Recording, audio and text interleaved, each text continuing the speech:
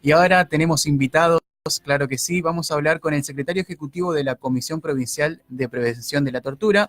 Estamos hablando de Eduardo Magno Scherer. ¿Cómo estás, ¿Qué Eduardo? tal? Buenas tardes, Matías. Muchísimas gracias por la invitación. Bueno, gracias a vos por venir, por prestarnos un poco de tu tiempo y contarnos acerca de esta comisión, de qué se trata, cuáles son las actividades que realizan. Bueno, en primer lugar, como ya te repetí, es agradecerte por darme la posibilidad de venir a este espacio. Ujú. La idea es difundir un poco lo que nosotros estamos haciendo. Somos un equipo de trabajo que se conformó hace muy poco tiempo, hace aproximadamente 2 años y medio, que la Cámara de Representantes de la provincia de Misiones tomó como iniciativa la creación de una Comisión Provincial de Prevención de la Tortura, ¿sí? Ujú. Esta comisión viene en consonancia con los parámetros establecidos con organismos internacionales y convenciones internacionales de prevención de la tortura que ponen la mirada y hacen foco en las personas que se encuentran en situación de encierro o privadas de su libertad, ¿sí? Ujú. Nuestra comisión es una comisión que es plural, está compuesta por un representante de la mayoría parlamentaria, un representante de la minoría parlamentaria, un representante del Poder Ejecutivo Provincial y 3 representantes de ONG que están vinculadas con materias de derecho humano, y de esos 6 miembros formalizan un concurso público para la designación de un secretario ejecutivo que tiene las funciones de como es proveer todos los insumos necesarios para el funcionamiento de la misma, llevar registros y cumplir con todas las atribuciones y facultades que la comisión le asigna, ¿no? En Ujú. este sentido, nosotros, como bien te dije, comenzamos a funcionar en el mes de octubre del año 2016. Comenzamos a hacer un control y monitoreo de todos los lugares en los cuales se encuentran personas privadas de su libertad, llámese unidades penales, las 7 unidades penales que existen a lo largo y a lo ancho de la provincia, como así también de las 130 comisarías existentes en la provincia, ¿sí? Bien. Nosotros comenzamos haciendo un relevamiento, Sí, sí. conversando en forma confidencial y privada, hecho esto que nos faculta la ley. Qué importante eso, ¿no? Bueno, ¿Se animan a hablar ahí los chicos? inclusive no tuvimos que llegar a tanto, pero hay inclusive facultades de pedir el auxilio de la fuerza pública para ingresar a esos lugares, como así también inmunidad de arresto de los miembros Ujú. para que puedan cumplir con sus funciones, ¿no? La idea y la idea central de esta comisión es justamente poder tener esa llegada personal y esa entrevista personalizada, sin presencia, ¿no es cierto?, de ningún agente policial ni de un agente penitenciario, para poder mirar a la cara a cada uno de estos chicos o gente mayor que se encuentra en esa situación y hablar con ellos y poder desnudar un poquito cuáles son las situaciones que ellos están padeciendo dentro de las cárceles o de las comisarías, ¿no? Ujú.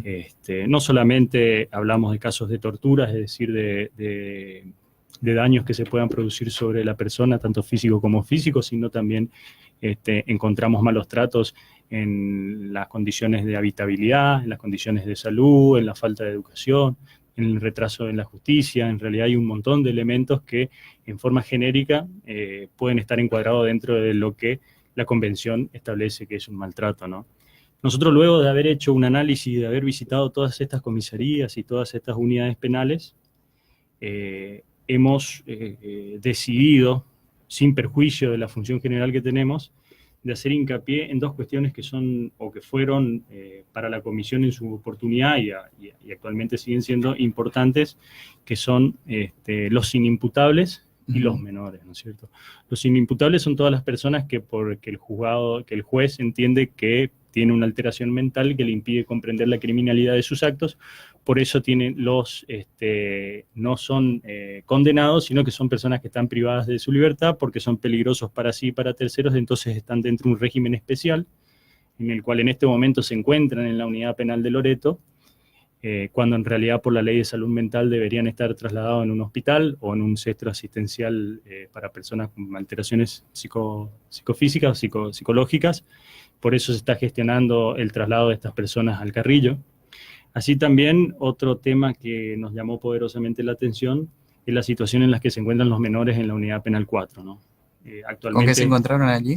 ¿eh? ¿Con qué se encontraron Bueno, allí? en realidad, si bien oscila la cantidad de menores que se encuentran detenidos, ronda aproximadamente en 80, ¿no es cierto? Lo que nosotros encontramos ahí, en primer lugar, el denominador común es la pobreza, Ujú. ¿sí? son personas que vienen de una condición social vulnerable, son personas que son de escasos recursos, que muchas veces cometen ilícitos por esa condición social, y que eso se agravó en los últimos años por el consumo de estupefacientes, el consumo de droga, ¿no? Son chicos que en realidad son esclavos del sistema o son víctimas del sistema, y que el Estado tiene como normativa, ¿no es cierto?, privarlos de su libertad. Nosotros, cuando hicimos las primeras visitas a la Unidad Penal 4, hemos detectado y conversamos con las autoridades del servicio penitenciario y con el Ministerio de Gobierno con qué herramienta podemos colaborar a los fines de ir mejorando de a poco la situación de estas personas y de ir readecuando la situación en la que se encuentran a los estándares internacionales, ¿sí? En este sentido, con el Ministerio de Gobierno y con el Servicio Penitenciario se han establecido muchísimas actividades que se están desarrollando en este momento en la unidad penal, como ser talleres, como ser oficios, como ser incentivos en el juego de deportes. Se han bajado programas nacionales con este gobierno, con el gobierno actual de la Nación, con la Secretaría de la Juventud de la Nación. Se han bajado herramientas para que ellos puedan realizar sus oficios, se han bajado elementos deportivos, se han logrado también proveerles de camas, colchones, almohadas, instrumentos de música, además. También desde la comisión se ha propiciado la firma de un convenio para proveer de asistentes terapéuticos a los chicos, ¿sí? Así a ver si se puede hacer un abordaje psicológico de la situación en la que se encuentran, para poder determinar cuáles son los problemas que aquejan a esos chicos y que motivan que ellos se encuentren detenidos en esas unidades penales. Y también el tema de la justicia, ¿no? La prontitud o por ahí las trabas que tiene la justicia muchas veces al momento de resolver estas cuestiones. Esa es una de las quejas que por ahí se escuchan mucho, ¿no? El tema de encajonar las causas y de no por ahí apresurar esos el tema es que hay sí una sobrecarga de causa, ¿no?, para los jueces. También tenés que tener en cuenta que los chicos son imputables desde los 16 hasta los 18 años, pero hoy en día vos sabés que con el adelanto de la sociedad y con los nuevos tiempos que se van aproximando, los chicos que cometen delitos son cada vez más chicos. Claro. De hecho, sabrás vos que desde los 14, 13 o 12 años ya hay chicos que consumen alcohol, que fuman o que pueden llegar a consumir estupefacientes, y eso agudiza un poquito más o incentiva de alguna manera a los chicos a que cometan algún tipo de ilícito. El tema es dónde alojás a esos chicos. Porque no los podés llevar a una unidad penal, y tampoco existen en la provincia centros donde se los puedan albergar a ellos. Y cuando son menores, no lo podés privar de su libertad, porque debes, por ley, automáticamente poner a disposición de los padres. Todas estas situaciones que yo te estoy comentando es lo que llevó a nosotros, allá por el año pasado, a iniciar las primeras jornadas de evaluación o seguimiento o estudio del régimen penal juvenil. En aquel momento tuvimos la intervención y con la ayuda y la participación de la actual ministra del Superior Tribunal de Justicia, la doctora Liliana Picasso, quien nos contactó con otros miembros del Poder Judicial, y logramos hacer una primera jornada donde pusimos sobre la mesa cuáles son los problemas fundamentales o cuáles son los problemas neurálgicos que atacan a los chicos y por qué los llevan a que delinquen, ¿no es cierto? De esas jornadas se sacaron cuáles son las conclusiones, y una de esas conclusiones eran la búsqueda de métodos alternativos de detención, ¿sí?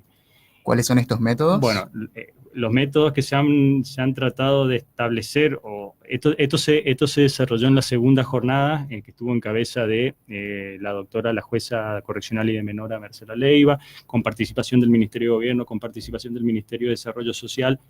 También es la primera vez que vinieron personas del Paraguay que están vinculadas a regímenes penales juveniles, y lo que se trató de buscar es, en primer lugar, unos lugares de acorde para que los menores de 16 años puedan estar en un centro de rehabilitación sin acceder a las cárceles. Acá en la provincia de Misiones tenemos solamente un instituto, que es el Instituto Lucas, que es el Instituto para Chicos Judicializados, que lo que se trata es de que los chicos puedan permanecer allí el mayor tiempo posible a los fines de hacer un análisis y un seguimiento, y de brindarles las herramientas para que no vuelvan a cometer ilícitos.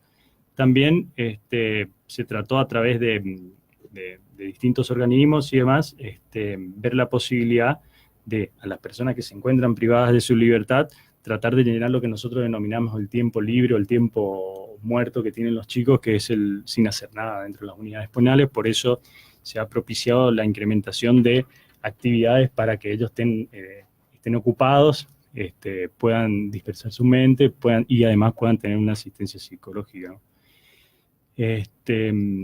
Con respecto a las terceras jornadas, que es la que vamos a desarrollar ahora el 14 de noviembre, ¿no? Que sí, es el miércoles que viene, ya hemos ampliado un poquito el panorama y hemos tratado de analizar cuáles son los regímenes. Tratamos de invitar a jueces correccionales o jueces de menores o jueces de régimen penal juvenil de Entre Ríos, de Catamarca, más la presencia del juez correccional y de menores de aquí de Posadas, el doctor Jiménez, quienes van a estar en un primer panel explicando cuáles son las normativas jurídicas que nosotros tenemos y cómo debemos readecuar nuestro régimen penal juvenil a los nuevos estándares internacionales. ¿Por qué?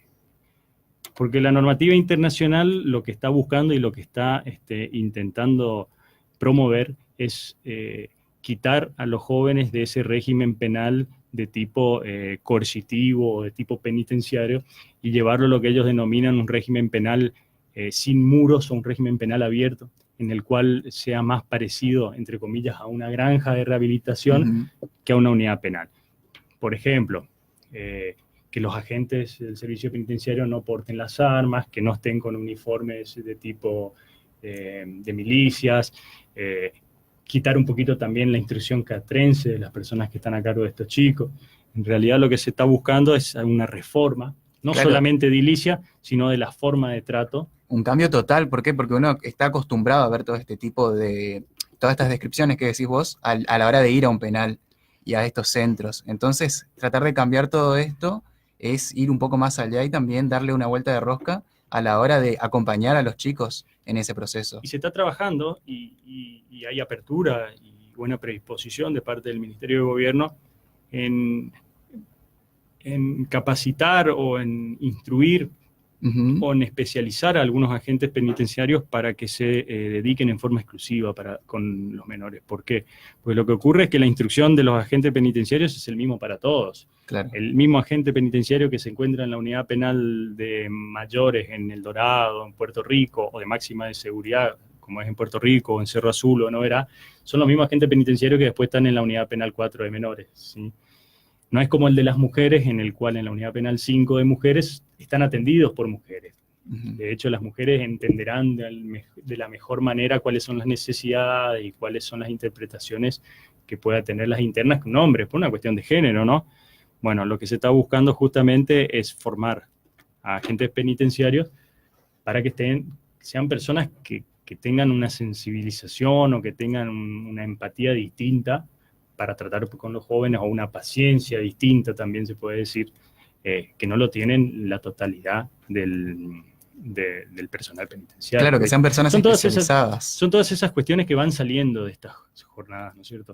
Además, los regímenes penales juveniles y el régimen penal juvenil que nosotros tenemos a nivel nacional son regímenes vetustos, son regímenes, no me quiero equivocar, pero tiene por lo menos 30 años, o sea que no está readecuado a los nuevos estándares internacionales, a la búsqueda, ¿no es cierto?, de la real rehabilitación del interno, ¿no es cierto? Fíjate vos que lo que estábamos hablando antes que comience el programa, de lo que ocurre en El Dorado con el equipo de los toros.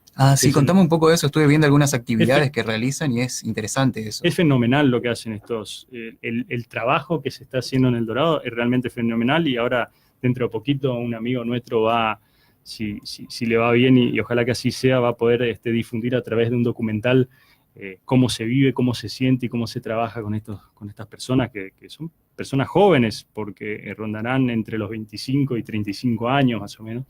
El tema es así. Existe en Buenos Aires, en una de las cárceles que no recuerdo el nombre, un equipo de rugby que se llaman los Espartanos, ¿sí?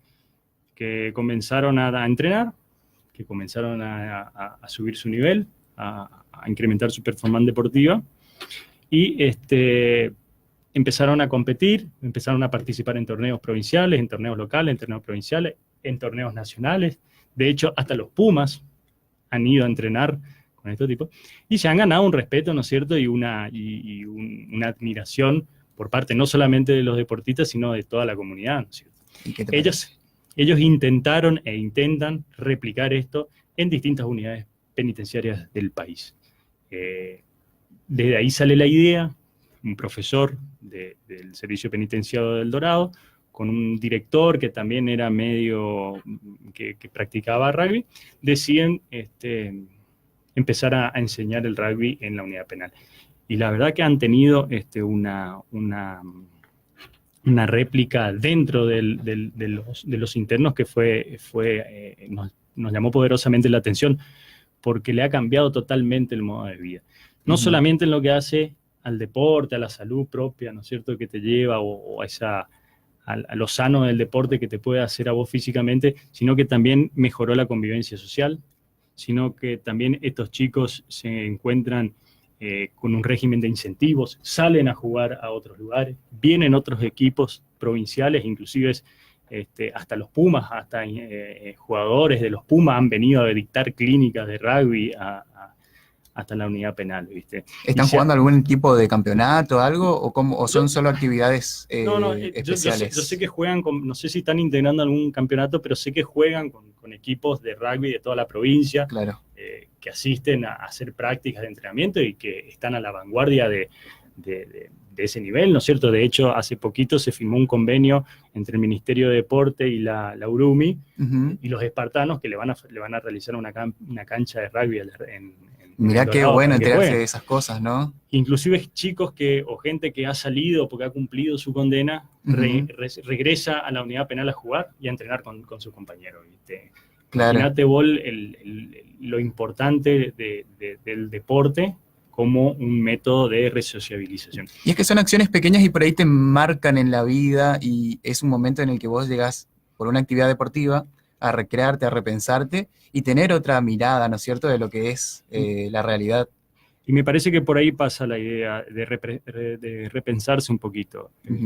La gente que llega ahí en realidad cometió un error, debe pagarlo, para eso están las normas, están las leyes, pero no por eso el Estado debe permanecer ausente de esta situación, y es una problemática que hay que abordarla, y es una problemática que el gobierno provincial, a través de nuestra comisión y a través también del Ministerio de Gobierno y del Subsecretario de Seguridad y Justicia, han hecho hincapié en mejorar las condiciones, no solamente materiales, que es el que se está haciendo, sino también las condiciones humanas de todas y cada una de las personas que se encuentran privadas de su libertad. A lo largo y lo ancho de toda la provincia tenemos 1.500 detenidos en toda la provincia, que representa la mínima suma del 1% del total de la población, o sea, es escaso en términos, entre comillas, en términos de poblacional, la cantidad de internos que tenemos, y no puede que sea un problema inmanejable la posibilidad de darle una oportunidad a la gente que se encuentre adentro, porque todos sabemos que si el que está privado de su libertad no se rehabilita,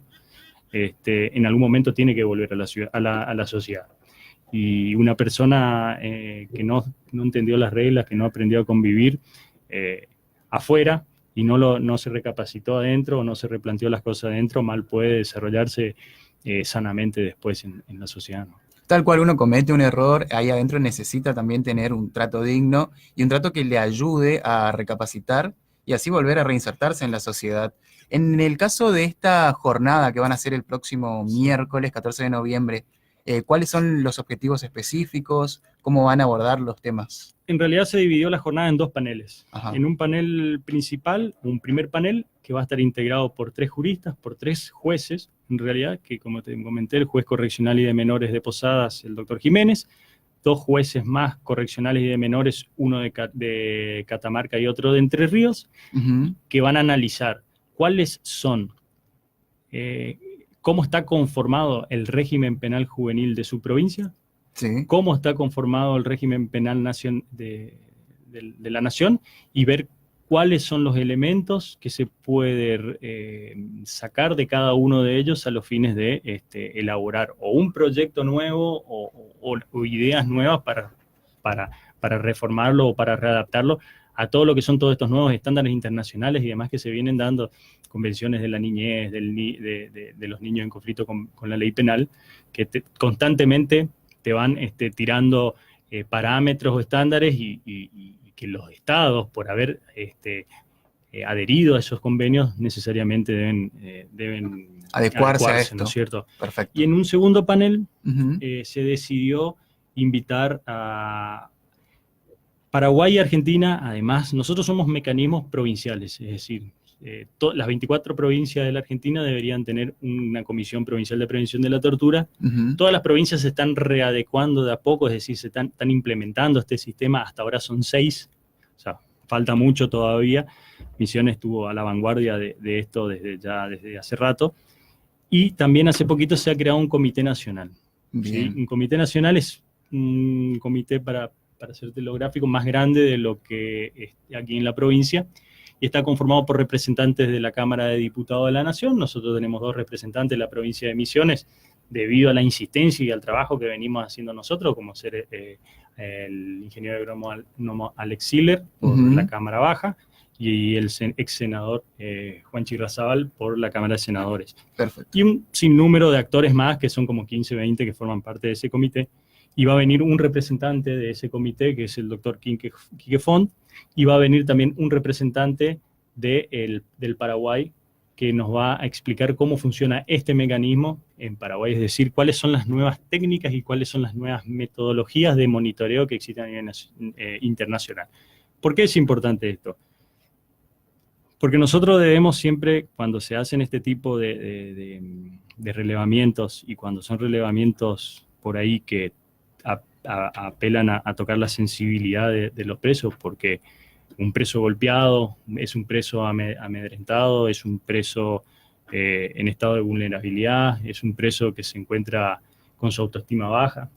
Muchas veces también pueden haber casos de abusos sexuales dentro de las unidades penales, o puede haber algún otro tipo de maltrato, como por ejemplo privarles del agua, privarles de la comida, ponerlos en celdas de aislamiento. Son personas que por lo general son reacios a comentarte lo que ocurre ahí adentro, y máxime cuando tienen la posibilidad de recibir algún tipo de represalia. Entonces, lo que se busca son nuevas técnicas que permitan de alguna manera disuadir o esquivar, ¿no es cierto?, el control del personal de seguridad de las unidades penales, a los fines de poder recopilar esos datos de forma más eficiente, ¿no es cierto? Claro, darle la posibilidad de que cuando tengan el momento de contar todas estas cuestiones, se sientan más cómodos y tengan la libertad de contarlo, y después no decir, bueno, si lo cuento, después puedo tener una represalia o algo para callarlos. Es la primera vez en la historia de la provincia de Misiones que hay un organismo que se encarga de entrar a los módulos o a los pabellones o a las celdas en las que se encuentran las personas privadas de su libertad. No solamente entrar, sino que tienen el derecho y la potestad de hacerlo y de exigirlo, y con ausencia del personal, ¿no es cierto?, de seguridad. Eso es en primer lugar. En segundo lugar, cuando nosotros recién comenzamos con esto, obviamente que eran los internos y los detenidos son reacios a comentarte algo de su vida personal, y máximo cuando se trata de una cuestión que afecta contra su integridad física o su integridad sexual. Todo esto fue un camino que se fue construyendo con el paso de los tiempos, cuando vos comenzás a crear alguna empatía con ellos, cuando empezás a relacionarte, a crear un vínculo de confianza, las informaciones empiezan a fluir de una manera más equilibrada, más espontánea, ¿no es cierto? Nosotros en 2 años y medio que estamos funcionando, yo creo que recién a partir del primer año hemos llegado a tener de esas personas esa confianza como para que nos empiecen a brindar determinados datos. ¿Por qué nosotros necesitamos esos datos? En primer lugar, porque nosotros con esos datos no solamente hacemos registros y estadísticas para nosotros y para el Poder Ejecutivo, para que tenga los datos ciertos para mejorar la política carcelaria, sino que también nosotros hacemos recomendaciones de cómo abordar determinados problemas. Por eso es importante contar con el apoyo y con la opinión de experimentados en el tema, a los fines de que nos puedan decir cómo abordar de forma más eficiente todo esto, ¿no es cierto? Bien. ¿Cómo reacciona el personal de las penitenciarías a la hora de de darles acceso a ustedes a Y, estas entrevistas, a recopilar datos? y en realidad, en una primera instancia, obviamente que fueron totalmente reacios y hemos tenido chispazos propios de la actividad, ¿no? En realidad, en algunos lugares no nos han permitido, en otros lugares se han comportado hostilmente, ¿no es cierto? Claro. Pero es propio, o sea, se entiende que eso es así porque vos le estás, entre comillas, invadiendo un lugar un lugar que antes se encontraba total y absolutamente reservado para ellos, ¿no? Era imposible pensar, o para ellos fueron instruidos, que ellos son dueños y señores del lugar. Claro. Imagínate vos que venga un organismo compuesto por organizaciones civiles vinculadas a derechos humanos, por representantes de la mayoría y de la minoría parlamentaria, es decir, oficialismo y oposición, y un representante del Ejecutivo, o sea, donde la información es imposible de que sea manipulada, porque salvo que estén todos los actores políticos de la provincia con la ciudadanía de acuerdo a que determinados temas deban tener tal tratamiento y no el otro. Por eso la pluralidad de la comisión hace que la información que entra a la comisión sea fidedigna, porque garantiza la participación de todas las fuerzas políticas o de las dos fuerzas políticas mayoritarias. Entonces, encontrarse ellos con esa situación, obviamente que en un primer momento generó, no de las autoridades políticas, claro. Las autoridades políticas son civiles. El tema son las viejas estructuras policiales o penitenciarias que vienen ahí hace 30 o 40 años ahí adentro enquistadas, ¿no es cierto? Y esa mentalidad y esa conciencia penitenciaria de tantos años, obviamente que es muy difícil de quebrantar. Tomó tiempo que ellos entiendan que en realidad nosotros tampoco venimos a hacer nada ilegal ni nada que le genere un daño. Al contrario, muchas veces ellos mismos son agradecidos que nosotros hayamos ido porque en realidad hemos denudado muchas cuestiones que antes no salían a la luz. Nosotros cada vez que recibimos una denuncia de un caso de apremio, no solamente vamos a ese lugar y nos contactamos con la persona que supuestamente recibió algún tipo de maltrato, sino que también nosotros elevamos los informes al Ministerio de Gobierno y si tenemos conocimientos ciertos y tenemos el consentimiento de la persona que sufrió algún tipo de maltrato que pueda llegar a encuadrarse dentro de la figura típica de apremios ilegales, que sería un caso de tortura, golpe físico, nosotros hacemos la denuncia penal. ¿Sí? Perfecto. Se inicia una instancia penal ante la Fiscalía de turno o ante nosotros generalmente mandamos ante el Procurador General de la provincia, que es el jefe de los fiscales, quien por un convenio que tiene con nosotros remite esas actuaciones al fiscal de turno para que inicie las investigaciones por el delito pertinente. Bien, un trabajo pero totalmente difícil, que lleva mucho tiempo también de adaptarse ustedes a la forma de trabajar en las penitenciarías y también cómo llevar adelante todas estas actividades. Me hablabas, como para cerrar, ¿no?, de un análisis de un que van a hacer para fin de año, ¿no? Del informe público anual. Del informe público, claro. Sí, nosotros todos los años tenemos por obligación de la ley cuarta número 65, que es la ley que nos crea, nos regula y nos establece determinadas funciones, atribuciones y obligaciones. Y dentro de las obligaciones que tenemos es una vez por año hacer lo que denominamos, lástima que no te traje porque lo tenemos en un libro, que es un informe público anual. Si es informe público anual, nosotros lo exponemos en audiencia pública, lo publicamos en el boletín oficial. Previo a eso, corremos vista o un traslado o hacemos llegar copia del mismo al gobernador de la provincia, al presidente de la Cámara de Diputados y al presidente del Superior Tribunal de Justicia. E invitamos no todos los actores civiles, sino a una gran parte de los actores civiles, como ser universidades, colegios profesionales, Ministerio de Gobierno, Servicio Penitenciario, Policía de la Provincia de Misiones, y exponemos, hacemos público, entre comillas, ese informe, y lo ponemos en consideración de ellos. En ese informe generalmente nosotros lo que hacemos es, vemos o señalamos o hacemos saber 4 o 5 puntos que a nosotros nos parece que se deben replantear, como por ejemplo te puedo decir de lo que ocurrió en el informe anterior, la utilización de los gas pimienta, la utilización de las celdas de aislamiento, ¿sí? Si bien la celda de aislamiento no está prohibida, sí está prohibida como método de sanción, debe ser como método de persuasión de tumultos, qué sé yo, la falta de asistencia de salud, muchas veces no por el servicio penitenciario, sino por el propio hospital, que muchas veces se niegan por ese karma y esa discriminación que existe hacia las personas que están privadas de su libertad. La falta de aceleración de la justicia, la falta de presencias de defensores. Hay gente que está detenida hace 2 o 3 o 4 meses y todavía no fueron llamados a indagatoria, o no tuvieron la visita del defensor, o no fueron llamados al defensor y por ahí no tienen certeza de por qué ellos están detenidos, o no pueden ejercer en tiempo y forma su derecho de defensa. Esas son 4, 5, 6 cuestiones que nosotros hemos hecho saber y de las cuales, por ejemplo, en esa misma mesa ya han salido las soluciones. ¿Sí? Bien, porque perfecto. como hay un representante de determinado sector, toma lista. Por ejemplo, los presos federales también es una cuestión. ¿Quién se hace cargo? Si la provincia, si la nación. Entonces nosotros nos acercamos a los jueces federales y vemos qué se pueden hacer. Porque, bueno, o sea, se genera el tema. Con lo de los jóvenes, lo que buscamos es generar el debate y tratar de terminar esta jornada. Yo no sé si vamos a llegar a hacer una jornada más con una conclusión de qué es lo que nosotros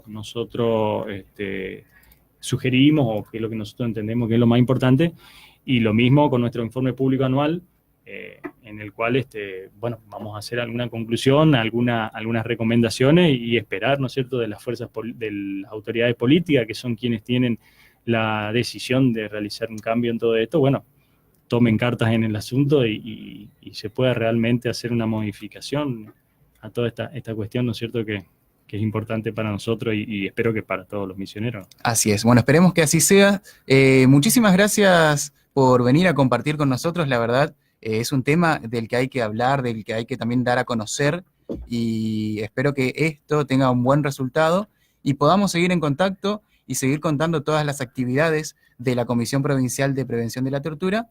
Y bueno, te damos las gracias, Eduardo, por haber compartido con nosotros. Gracias, Matías. Y para cerrar, solamente pasarte los datos de nuestra comisión. Perfecto. Para que cualquier persona que que padezca algún tipo de maltrato por las fuerzas policiales o por la agente del servicio penitenciario, puede dirigirse a 3 de febrero 1306, primer piso, de lunes a viernes, de 7 a 12, de 7 a 1 de la mañana, o de 16 a 18 de la tarde, o si no, al teléfono 44 30 957, o si no, simplemente limitarse a enviar un mail a prevenciondelattorturamisiones@gmail.com. Así nosotros podemos tomar nota de esto y ocuparnos. Perfecto. Bueno, muchísimas gracias. Ya tienen todos los datos para comunicarse con la Comisión Provincial de Prevención de la Tortura.